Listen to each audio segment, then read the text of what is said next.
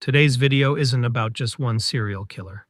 This time, we are uncovering the disturbing truths of multiple killers, The out of her life. Let me rephrase the question.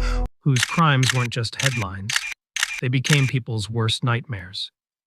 We'll talk about Brian Koberger, a man whose dark obsession led him to brutally target his own classmates. Then, two teenage boys, who didn't just lose their minds, they took the lives of their own class teacher and roommates in cold blood. You'll also hear the shocking details of superstar Diddy's sex trafficking case, a case so dark that even over 200 police officers were stunned by what they uncovered. And finally, a teenage girl. She looked innocent on the outside, but the secret she was hiding will shake you to your core. So without wasting time, let's start the video. In the early morning hours of November 13th, 2022, 4 University of Idaho students were stabbed to death in an off-campus residence at 1122 King Road in Moscow, Idaho. On December 30th, suspect Brian Christopher Koberger was arrested in Monroe County, Pennsylvania on 4 counts of first-degree murder and 1 count of felony murder. Prosecutors are seeking the death penalty. A jury trial is currently scheduled to begin on August 11, 2025 in Boise, Idaho. During the autumn semester of 2022, 5 female students at the University of Idaho lived in a rented off-campus residence in the rural college town of Moscow, Idaho. The 3-story house had 6 bedrooms, 2 on each floor. There had been no murders in the town since 2015. In the early morning hours of November 13, 2022, 4 University of Idaho students were stabbed to death in an off-campus residence at 1122 King Road in Moscow, Idaho. On December 30th, suspect Brian Christopher Koberger was arrested in Monroe County, Pennsylvania on 4 counts of first-degree murder and 1 count of felony murder. Prosecutors are seeking the death penalty. A jury trial is currently scheduled to begin in Boise, Idaho on August 11, 2025. 2022 University of Idaho Massacre. Background. During the autumn semester of 2022, 5 female students at the University of Idaho lived in a rented off-campus residence in the rural college town of Moscow, Idaho. The 3-story house had 6 bedrooms, 2 on each floor. There had been no murders in the town since 2015. Timeline. On the morning of November 13, 2022, 4 college students at the University of Idaho were stabbed to death in a shared rental home near campus. 2 of the female victims, Madison Mogan and Zaina Kernodle, lived in the home. They worked at the same local restaurant. The third, Kaylee Goncalves, had recently moved out of the home, but returned to show Madison her new car. The 4th victim, Ethan Chapin, was Kernodle's boyfriend, who was sleeping over the night of the attacks. 2 other female roommates also lived in the home they were not attacked. Earlier on the evening of November 12th, 2 of the 4 victims, Chapin and Kernodle, were reportedly at an off-campus party at the nearby Sigma Chi fraternity from 8 p.m. until returning home at 1:45 a.m. That evening, the other 2 victims, Mogan and Goncalves, went to a downtown sports bar, the Corner Club, at 10 p.m., from which they left at 1:30 a.m. A live-streamed video on Twitch by the Grub Truck, a food truck 4 blocks south in Friendship Square, Main and 4th Streets, shows Mogan and Goncalves at 1:41 a.m. chatting and smiling, receiving their food 10 minutes later. Police later recanted their statement, saying the ride was provided by a private party, who arrived home at 1:56 a.m. According to the surviving roommates, all 4 students were home by 2 a.m. 7 unanswered phone calls were made from Goncalves' phone to her former longtime boyfriend. A classmate, from 2:26 to 2:52 a.m., and 3 unanswered calls were made from Mogan's phone to the same person from 2:44 to 2:52 a.m. These calls were investigated, with police concluding that they did not believe the recipient of those missed calls was involved in the crime. A DoorDash order labeled for Kernodle was delivered to the home around 4 a.m. Both surviving roommates had returned home by 1 a.m. Original reports stated that both surviving roommates were in their beds on the ground floor at the time of the murder, were not attacked or held hostage, and neither of them woke up during the murder. However, the probable cause affidavit for the case states that a surviving roommate said she was sleeping on the second floor, the same floor where Kernodle and Chapin were sleeping, before she was awakened by the sound of Goncalves and his dog. She said she later heard a roommate say something like, "There is someone here." The roommate said she believed it was Goncalves, though investigators also believe it may have been Kernodle speaking. The surviving roommate said she opened her door twice in a short time span, and that the second time she heard a crying-like sound coming from Kernodle's room, and heard a male voice say, "It's okay, I'm going to help you." Security cameras near the home recorded the sound of crying, a loud voice, and a dog barking several times beginning at approximately 4:17 p.m. The surviving roommate opened her door a third time and saw a man dressed in black and covering his mouth and nose coming toward her. The man, whom the roommate said she did not recognize, walked past her and used the sliding glass door to exit. The roommate said she stood in a frozen shock stage and then locked herself in her room. The 4 victims were stabbed to death on the second and third floors of the residence, where they were in beds. The victims were not gagged or restrained, and walls at the scene were covered in blood. Mogan and Goncalves were found in Mogan's bedroom, and Kernodle and Chapin were found in Kernodle's room. Before 911 was called, What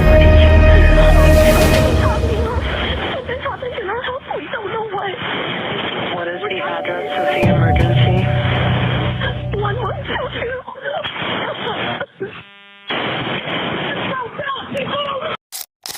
the surviving roommates reportedly called friends to the home because they thought one of the victims living on the second floor was unconscious and was not waking up. Someone at the home called 911 at 11:58 a.m., 7 hours after the murder, on a surviving roommate's phone to request assistance for an unconscious person. The identity of the 911 caller was not released, but police confirmed that the caller was not considered a suspect. When police arrived, the door to the home was open. There were no signs of forced entry or damage inside the home, and nothing appeared to be missing. The 2 surviving roommates were on the property when police arrived, as well as other friends of the victims. All 4 victims were pronounced dead that afternoon. Detectives said they believed the murders occurred between 4 a.m. and 4:25 a.m. Upon searching the residence, officers found Goncalves' dog, which she shared with her ex-boyfriend, alive and unharmed on the 3rd floor. The victims were 4 University of Idaho students: Ethan Chapin, 20, of Conway, Washington; Kaylee Goncalves, 21, of Rathdrum, Idaho; Zana Kernodle, 20, of Avondale, Arizona, she later moved to Post Falls, Idaho; and Madison Mogan, 21, of Coeur d'Alene, Idaho. Chapin was a freshman, Kernodle was a junior, and Goncalves and Mogan were both seniors. Investigation. The stabbings were investigated by the Moscow Police Department, MPD, and supported by the Idaho State Police, ISP, and the Federal Bureau of Investigation, FBI. In total, about 130 members of law enforcement from the 3 agencies worked on the case. Autopsies on all 4 victims were performed in Spokane, Washington. The Latah County coroner stated that all victims had been stabbed multiple times, with fatal wounds to the chest and upper body, with a large knife. Very similar, if not the same knife. At least one victim, who had obvious defensive knife wounds to his hands, and possibly more had tried to stop their attacker, and the victims may have been attacked while asleep in their beds. None showed signs of sexual assault. All 4 deaths were ruled homicides by stabbing. The victims were not bound or gagged. No weapon has been recovered, although police believe the killer or killers used a fixed-blade knife. A surviving roommate who reportedly saw the suspect described him as a strange male, approximately 5 feet 10 inches, 1.78 meters tall, and not very muscular, but athletically built with bushy eyebrows. On November 19th, Moscow police requested people to provide any home video they may have recorded the night of the murder. A phone tip line and email were created through the FBI for people to provide information to authorities. By December 5th, 2,600 email tips, 2,700 phone calls, and 1,000 digital media submissions had reportedly been submitted to these tip lines. On December 24th, investigators reported having received at least 15,000 tips about the case. Police initially left open the possibility of more than one perpetrator. Police said they believed it was a targeted attack, but have not yet concluded whether the target was the residence or its residents. At a press conference on November 23rd, the Moscow police chief said that officers had received several tips, including one indicating that Goncalves had a stalker, but by the time of the press conference, they were unable to verify that claim or identify any such person. Although the claim attracted much press attention at the time, the case against the final suspect has yet to be determined. No weapon has been recovered, although police believe the killer or killers used a fixed-blade knife. A surviving roommate who reportedly saw the suspect described him as a strange male, approximately 5 feet 10 inches, 1.78 meters, tall, and not very muscular, but athletically built with bushy eyebrows. On November 19th, Moscow police requested people to provide any home video they may have recorded the night of the murder. A phone tip line and email were created through the FBI for people to provide information to authorities. By December 5th, 2,600 email tips, 2,700 phone calls, and 1,000 digital media submissions had reportedly been submitted to these tip lines. On December 24th, investigators reported having received at least 15,000 tips about the case. Police initially left open the possibility of more than one perpetrator. Police said they believed it was a targeted attack, but have not yet concluded whether the target was the residence or its residents. At a press conference on November 23rd, the Moscow police chief said that officers had received several tips, including one indicating that Goncalves had a stalker. But by the time of the press conference, they were unable to verify that claim or identify any such person. Although the claim attracted much press attention at the time, the case against the final suspect has yet to be determined. Brian Christopher Kohberger was born on November 21, 1994, in Albrightsville, Pennsylvania. After graduating from Pleasant Valley High School in 2013, he enrolled at Monroe Career and Technical Institute in Bartonsville, but dropped out after a year. Kohberger later enrolled at Northampton Community College's campus in Tannerville, where he earned an associate's degree in psychology in 2018. After graduating from Northampton, he worked as a security guard in the Pleasant Valley School District, the same school district where his father had previously worked for several years as a maintenance worker and his mother briefly as a substitute teacher. In the summer of 2022, Kohberger moved to Washington State to pursue a PhD at Washington State University Pullman. Its campus is 8 miles west of Moscow. At the time of the murders, he was a doctoral student in criminology and had completed his first semester 9 days before his arrest. Kohberger was a teaching assistant at WSU, and less than 2 weeks before the murders, faculty members had met with him to discuss growing concerns about his behavior and conduct. Kohberger was dismissed from his teaching assistant role on December 19th, with the decision based on his behavior and overall performance. Trial. On September 9, 2024, the judge granted the defense's motion for a change of venue. The trial is scheduled to take place in Boise, Idaho, with Judge Stephen Hippler presiding over the case. On October 9, 2024, Judge Hippler set the start date for jury selection as July 30, 2025, with the jury trial to begin on August 11, 2025. On February 24, 2023, University of Idaho. President C. Scott Green announced that the house where the murders occurred had been donated to the university. It was demolished 10 months later, on December 28th. A memorial garden to the victims on the University of Idaho campus opened in 2024 as the Vandal Healing Garden.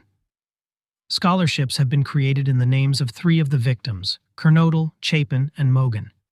The university will award posthumous degrees to the 4 victims at its spring convocation on May 13, 2023. I hope you will like this video. If you liked my video even 1%, then please subscribe to my channel and select the bell icon. What if the deadliest killer in your town was a teenage boy's never suspect? You all must have seen all my videos, whether I discuss about the case of serial killer men or about serial killer women. But today, I am going to discuss about 2 girls. Actually, both of them had killed their teachers and classmates in their school life. This case looks simple, but it is not that simple. This case is the most disturbing case of my journey. Let's not take much of your time. Let's start the video and start our discussions. Eric David Harris, April 9th, 1981, April 20th, 1999, and Dylan Bennett Klebold, September 11th, 1981, April 20th, 1999, were American high school seniors and mass murderers who perpetrated the Columbine High School massacre at Columbine High School on April 20th, 1999, in Columbine, Colorado. Harris and Klebold killed 13 students and 1 teacher and wounded 23 others. After killing most of their victims in the school's library, they died by suicide. At the time, it was the deadliest high school shooting in U.S. history. The ensuing media frenzy and moral panic led to Columbine becoming a byword for school shootings and becoming one of the most infamous mass shootings ever perpetrated in the United States. Eric Harris. Eric David Harris was born on April 9th, 1981, in Wichita, Kansas. Harris's parents were both born and raised in Colorado. His mother, Catherine Ann Poole, was a homemaker. His father, Wayne Harris, was working in the United States Air Force as a transport pilot. In 1983, the family moved to Dayton, Ohio, when Harris was 2 years old. 6 years later, the family relocated to Oscoda, Michigan. Michigan pastor William Stone lived across the street from the Harris family while they were located in Oscoda. Stone recalled them as great neighbors and often saw Wayne very engaged with his sons. 12. The Harris family then moved to Plattsburgh, New York, in 1991. During his time at Stafford Middle School, Harris played Little League Baseball, regularly went to birthday parties, and was part of the crowd. Kyle Ross, a former classmate of Harris, said he was just a typical kid. 13. The Harris family finally settled back in Littleton, Colorado the next year when Wayne retired from the military. 14. On a 1997 English class assignment, Harris wrote about how difficult the move was from New York to Colorado. It was the hardest moving from Plattsburgh. I have the most memories from there, Harris continued. When I left, his friends, I felt alone, lost, and even agitated that I had spent so much time with them and now I have to go because of something I can't stop. 15. Harris, in a basement tape, blamed his father for moving the family around, forcing Harris to start out at the bottom of the ladder. 16. Harris had a chest deformity known as pectus excavatum, in which the breastbone sinks into the chest. This made Harris reluctant to take his shirt off in gym class as other students ridiculed him. Harris had 2 cosmetic surgeries at age 12 and 13 to repair the deformity. The sunken chest was still mildly observable during his autopsy. The Harris family lived in rented accommodations for the first 3 years that they lived in the Littleton area. While Harris was in 7th grade, he met Klebold. In 1996, the Harris family purchased and settled at a house south of Columbine High School. Harris's older brother Kevin attended college at the University of Colorado. 19. Harris's father took a job with Flight Safety Services Corporation, and Harris's mother became a caterer. 21. 22. Harris entered Columbine High School in 1995 as a freshman. Columbine had just gone through a major renovation and expansion. 23. From all accounts, he had many friends and was left forward and midfield on the Columbine soccer team for his freshman and sophomore year. Josh Swanson, one of his teammates, said that Harris was a solid soccer player who enjoyed the sport a lot. 24-25. During his freshman year, Harris met Tiffany Teifer. They had German class together. 26. Teifer later recounted that Harris quickly wooed her. Harris asked her to homecoming and she accepted. After the event, it appeared that Teifer was no longer interested in seeing Harris anymore, for reasons never disclosed. When Teifer refused to socialize with Harris again, Harris staged a fake suicide, sprawling on the ground with fake blood splashed all over him.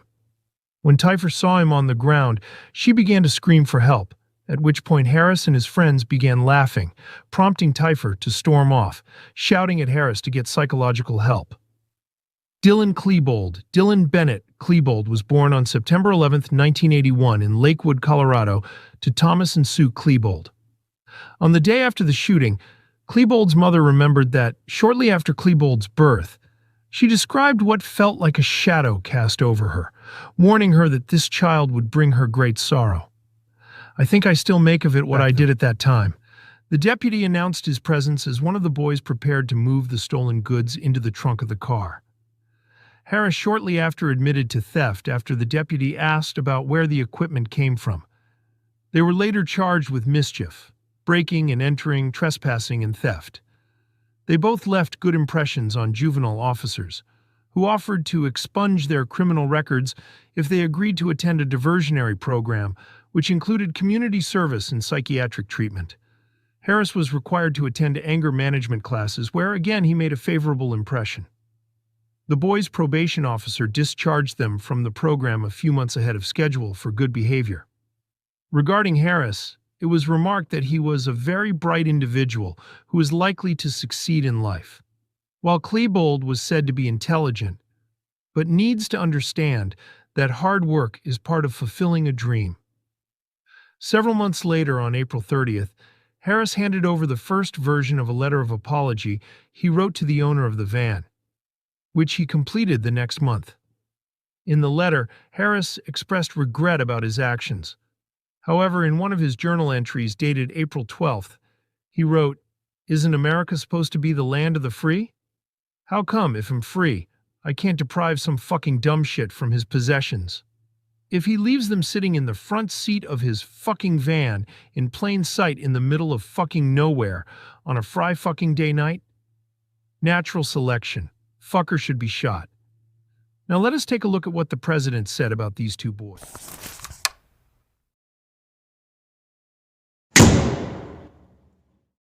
In this video, I will not just tell you about the allegations. I will talk about his early life, his journey from a small area of Harlem to the billion-dollar empire, and about those questions that were suppressed everywhere. But here, we are going to find answers to them. Let's start the video without any delay. And today we will talk about this case, Diddy sex trafficking trial. Today, New York, music mogul Sean Diddy Combs is facing at least 15 years in prison if convicted of all charges at his federal sex trafficking trial. Combs has pleaded not guilty to 1 count of racketeering conspiracy, 2 counts of sex trafficking by force, fraud, or coercion, and 2 counts of transportation to engage in prostitution. Prosecutors allege Combs used his power and prestige as a music star to induce female victims into drugged-up, elaborately produced sexual performances with male sex workers in events dubbed freak-offs. They say he coerced and abused women with help from a network of associates and employees, while silencing victims through blackmail and violence, including kidnapping, arson, and physical beatings. Exhibits from Diddy's sex trafficking trial. At the center of the prosecution's case is Combs' former girlfriend and protege, Cassandra Cassie Ventura, whom prosecutors allege Combs physically and sexually abused for years, using her career and their relationship as tools to coerce her into submission. Cassie sued Combs in 2023, and the lawsuit was settled within hours. But it touched off a law enforcement investigation and was followed by dozens of lawsuits making similar claims. Now let's talk about his early life. Early life, from struggle to hustle. Sean Combs was born on November 4, 1969, in Harlem, Manhattan, New York City, New York, USA. He was just 2 years old when his father, Melvin Combs, was shot, allegedly during a drug deal. After that, he was raised by his mother, Janice Combs, a hardworking single mother. Diddy herself said, "I came from the struggle. That pain made me hustle harder. Rise to fame, from intern to how to build an empire." In the 1990s, Diddy started working as an intern at Uptown Records. Her talent shone very soon. She discovered stars like Notorious B.I.G., Mary J. Blige. After that, she started her own label, Bad Boy Records. Diddy not just created music, she created a culture. Grammy Awards, fashion brands, Ciroc Vodka, Revolt TV, she started touching everything. But as fast as her rise was, her downfall was also going to be just as fast.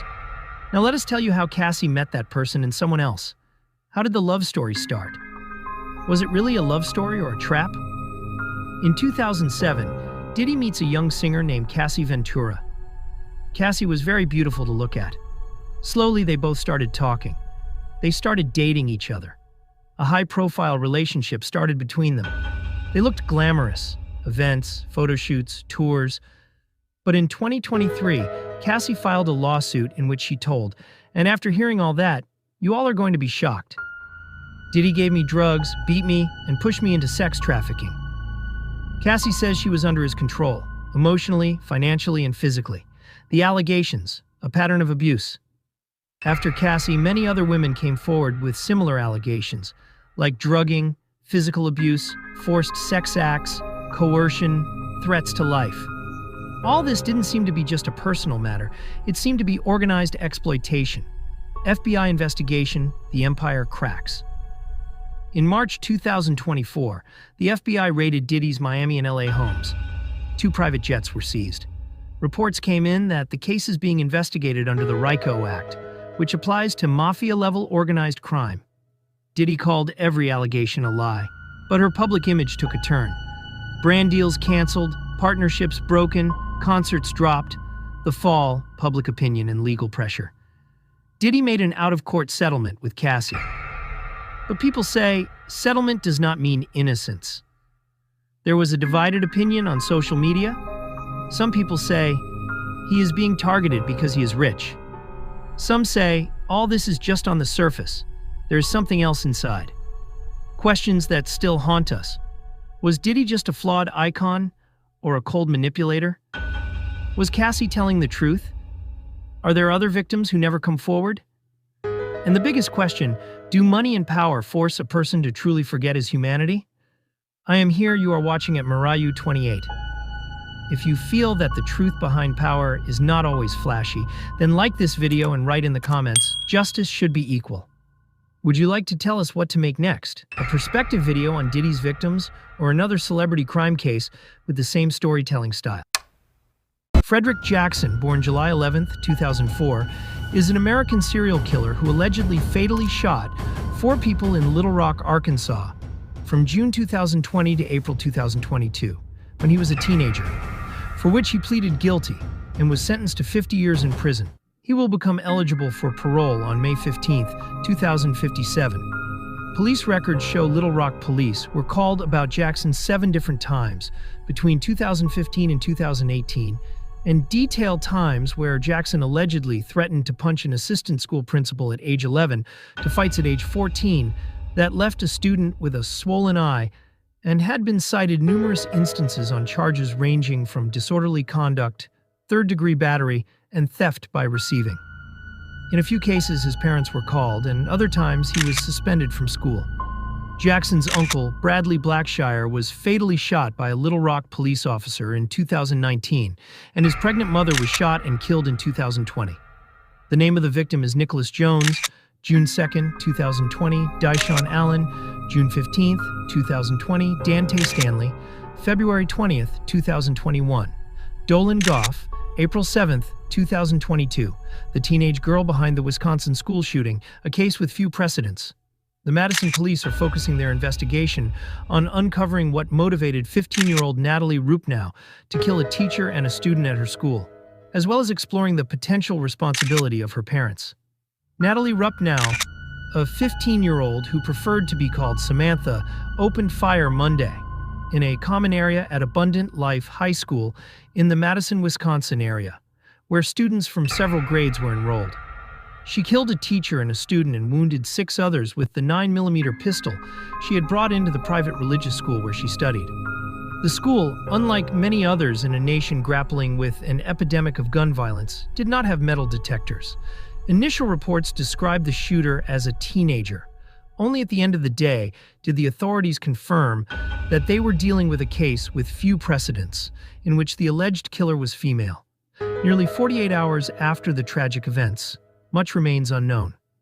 The police are still looking for what could have motivated the girl to shoot herself before being arrested. At the moment, they are talking about a combination of factors. It is also unclear how she obtained the weapon. Rupnow appears to have left a manifesto, if you want to call it that, or some type of letter. Police Chief Sean F. Barnes told CNN on Tuesday. Rupnow's friend allegedly posted the letter online, but its authenticity has not been verified, nor have the contents of the letter or the identity of the person who shared it been disclosed. The names of the victims also remain unknown. Among the injured are a teacher and 5 students. 2 of whom have already been released from the hospital. 2 others are in critical condition and fighting for their lives. Barnes added that they were combing Rupnow's social media accounts and trying to determine if she was being bullied in class. He also confirmed that there is no evidence she targeted specific individuals. Everyone, students and teachers, was targeted, he said. Everyone was put in equal danger. Experts say it is unusual that a teenage girl was the shooter. Only 9 women, compared with 249 men, have been involved in school shootings this year, according to the K-12 database, which tracks school shootings in the United States. The database is named after the educational category that includes schools serving students from kindergarten through 12th grade, a group that includes Abundant Life, the Christian school attended by Rupnow, which has 390 students. The other big question is how Rupnow was able to get hold of the gun. This raises another critical issue. Could her parents be held negligently liable for Monday's tragedy? That's a question that we'll have to answer with our district attorney's office, Barnes said, but at this time, that does not appear to be the case. If you have any doubts, please tell me your question and whatever doubts you have in the comments section. I will try my best from my side to reply to you. And please do subscribe to my channel to watch these suspense-filled interviews and true crime documentary videos. Thanks for watching.